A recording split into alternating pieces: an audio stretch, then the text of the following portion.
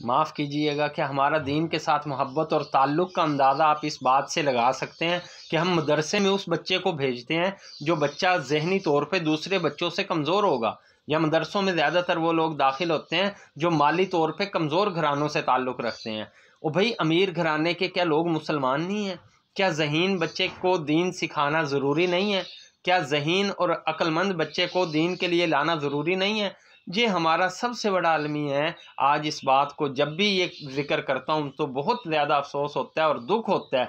सब जो हैं वो, मेरा ख़्याल है उमर पालनपुरी रहमतुल्लाह ताला अलैह का वाक़या है ग़ालिबन, कि उनकी जो है वो स्कूल में पढ़ रहे थे। जब वो स्कूल में पढ़ रहे थे, कोई मशीनरी स्कूल था, तो वहाँ पे उनकी खाला लेके आई बहुत खुशी से और आके उनकी वालदा से कहा कि ये बच्चा इतना ज़हीन है कि इसके आगे की सारी तालीम का ख़र्चा जो है वो स्कूल ने उठा लिया है, कि ये बहुत काबिल बच्चा है, पूरी की पूरी क्लास में फ़र्स्ट आया।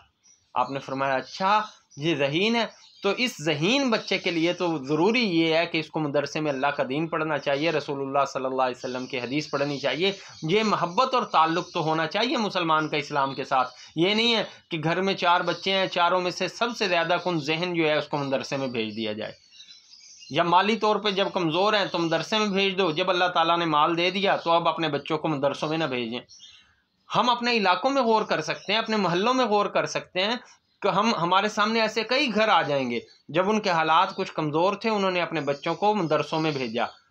कि वो मदरसों में पढ़ लें। अब अगर उनके हालात अच्छे हो गए और उनके पास कुछ पैसा ज़्यादा आ गया, कुछ अल्लाह की दी हुई जो है वो माल और दौलत की फरावानी हो गई, तो अब आगे उनकी नस्लें जो हैं वो मदरसे जा रही हैं या नहीं जा रही, ये आप इसके ऊपर गौर व फिक्र कर लें तो आपके सामने नतीजा आ जाएगा कि हमारा इस्लाम के साथ कितनी मोहब्बत है और हमें